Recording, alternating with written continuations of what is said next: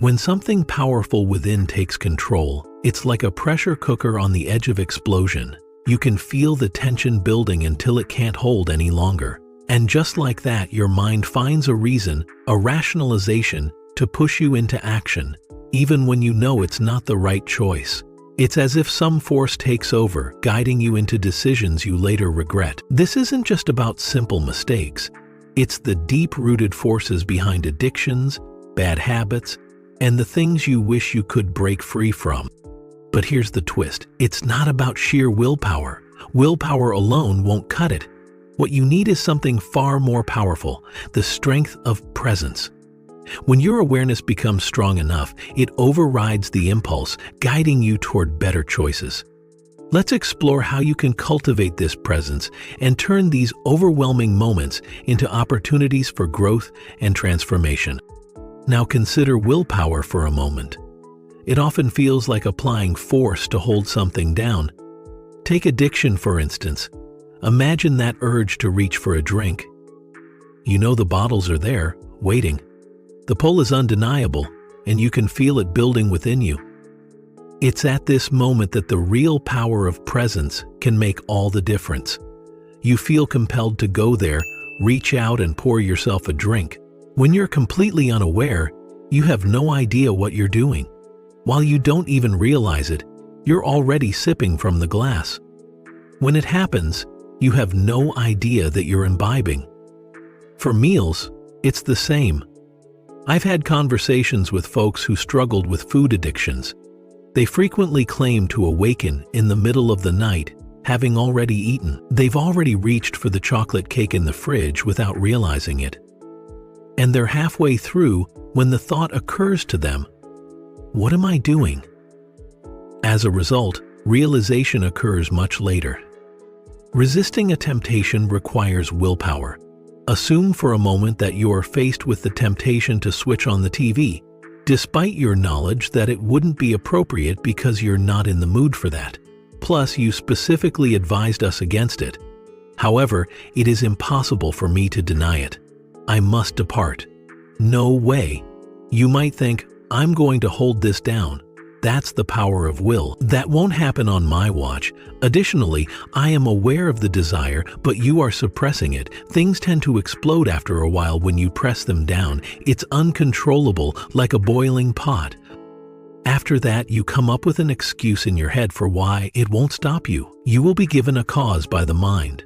An ill, dangerously overweight man I spoke with had an addiction to eating. He was a great man, and I'm sorry he's gone away. Additionally, he engaged in conversation with me. Something along the lines of, "You've had a rough day," would pop into his head just before he would binge himself. A reward is in order for you. The text provides justification for its morality.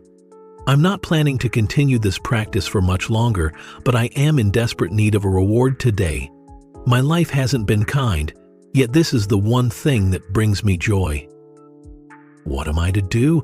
Well, that's about it. In my life, there is no other source of joy. I understand. Find the refrigerator. Pay attention. It was too late to save him, but I had some success trying to prove that this thinking is deceitful. He may no longer be physically present, but that's all right. What constitutes he likely undergoes a reincarnation into the polar opposite now, maybe to gain a lesson. Reiterating my advice to your first questioner, exercise presence power while you're alone in your room and not under any external temptations. Enter the human body. Connect with your core. Focus on the here and now. I suggest you work on your sense of perception when you have it. Experience the presence that permeates your entire being, the awareness that resides throughout your body. Therefore, there is sufficient presence to meet this drive when it arises.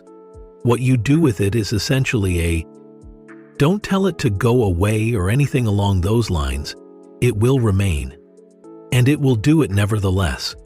Whatever it is, the effect is felt. As you keep an eye on it, you begin to see that its desires are not beneficial. If you're spiritually attuned, you should act on such impulses whenever they arise. Doing so constitutes a form of personal practice. Therefore, rather of trying to rid yourself of it, embrace it. Whenever you feel that kind of inclination, and recognize it for what it is. A spiritual practice tailored just for you. It is, without a doubt. The question then becomes, how can one make this a spiritual practice? You see right away that this is a great chance to get some practice in. Doing nothing, or at least not acting on the inclination right away, is a good place to start. Then you watch. Imagine you have the hankering to switch on the TV just when you were about to do it. Here is my next spiritual practice, you think. I'm just going to put off starting this TV show for 3 more minutes. You pay attention to your impulses for 3 minutes. You watch it. You see it as a form of energy. Ah, I see you. Right there. You can sense it. It resembles a small gremlin. Therefore, establishing a time gap before giving in might be a really beneficial initial practice. The statement, "I'm not going to give in," is missing from your statement. 30 minutes, you respond. For the duration of those 3 minutes, I will be closely watching you.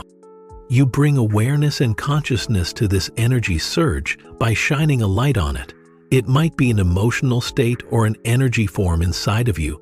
In addition, it has the potential to perilously infiltrate your thoughts and cause you to— this is the explanation I just gave to my friend. You get the light bulb moment where you realize you should give in to your need. Anything like that is possible. You need to be attentive and present enough to not trust in every thought, particularly those kinds of thoughts. Every concept that crosses your mind is not necessarily true, because it is an element of the notion. You watch it. Oh, there you are. That's even the concept that gets you. The idea and the emotion that underlies it are 2 separate things. A mere 3 minutes were reserved for you. You just sit back and watch for those 3 minutes. Well, isn't it fascinating? Amazing method of spiritual development. Your awareness expands as you watch. You make an effort to be aware of it. There is just a brief 3-minute period. After the 3 minutes, take stock of your emotions. Even if it has dissolved, it has most likely not done so yet. It has not disappeared. Could I please have an additional 2 or 3 minutes? Would you dare put me to that test? Am I self-aware enough? Yeah, that's right. Disbelieve it if I told you. Oh no, I'm sick of this. Just do it. Finally, after 5 or 6 minutes of— after that, what follows? We have no idea. Maybe the inclination has faded, returned to its dormant form, and now you feel like you can just ignore it. Also, after 5 minutes, you might not be able to control your impulses anymore. Maybe you just have to act on the instinct anyhow. The time differential, even if it was only 5 minutes, was crucial. And whenever something like that occurs, it's best to set aside some time for your spiritual practice, during which you shouldn't suppress it, but should instead observe it. So, you must not force it to fall. Your observation leads you to the words, "Oh, there you are." So you wouldn't say, "Hold you down," if it were a gremlin. You should look at it. There is a gremlin. There it is. The intriguing thing is that there is always the chance of transformation when you bring awareness to anything. When you illuminate it with consciousness, it materializes when you bring awareness to it. Here we have the well-known illustration from children's tales, etc. No matter what you do with the frog, you shouldn't kill it. You caress the amphibian with a kiss. Plus, the frog transforms into the prince the second you kiss it. Thus, the frog moves from a position of mythology meets this. These fairy tales, which incidentally were not all written by the same people, contain some timeless lessons. They had been passed down orally for a very long time. The wisdom in kissing the frog, which metamorphoses into something lovely, is just one example of how these myths are full of knowledge. Something awful has happened, but you've decided to accept it and even laugh it off. It undergoes a metamorphosis the moment you gaze upon it. To sum up, that is the religious ritual. And eventually, you'll realize that at first, Maybe even after the time gap, you continue to do it. However, over time, this interval becomes wider. The force driving the impulse may subsequently begin to fade until it returns, if you're lucky. Slowly, though, it begins to fade. Applying awareness to it causes all these self-sabotaging mechanisms to progressively dissolve. Stop and look at them. There it is. So, consider the frog. Whatever you call them, these are the frogs and gremlins that inhabit your energy fields. Energy is stowed up at that place. On their own, they aren't terrible.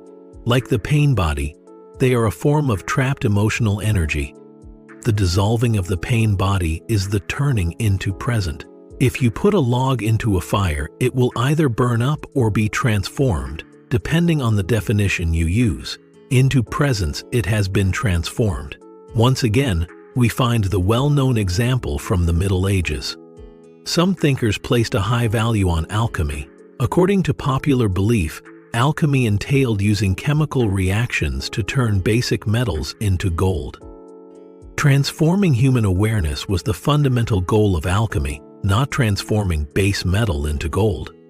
Fearing persecution, the real meaning of alchemy had to be concealed beneath layers of symbolism for decades. What seemed to be about changing physical things was really a profound metaphor for changing something inside ourselves, moving from being ignorant and unconscious to being conscious and enlightened. Renowned psychologist Carl Jung dove deeply into this fascinating theory, illuminating how the alchemical process reflects the human mind's inner workings. Making actual gold isn't the point.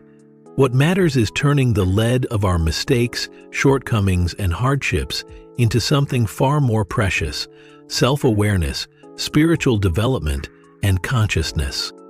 You are actively involved in this process, which is one of its beauties. Life has bestowed upon you a uniquely crafted spiritual practice, created to assist you in your unique journey of self-transformation. Every difficulty, every uneasy feeling, is a chance to turn something negative into something positive. More self-awareness.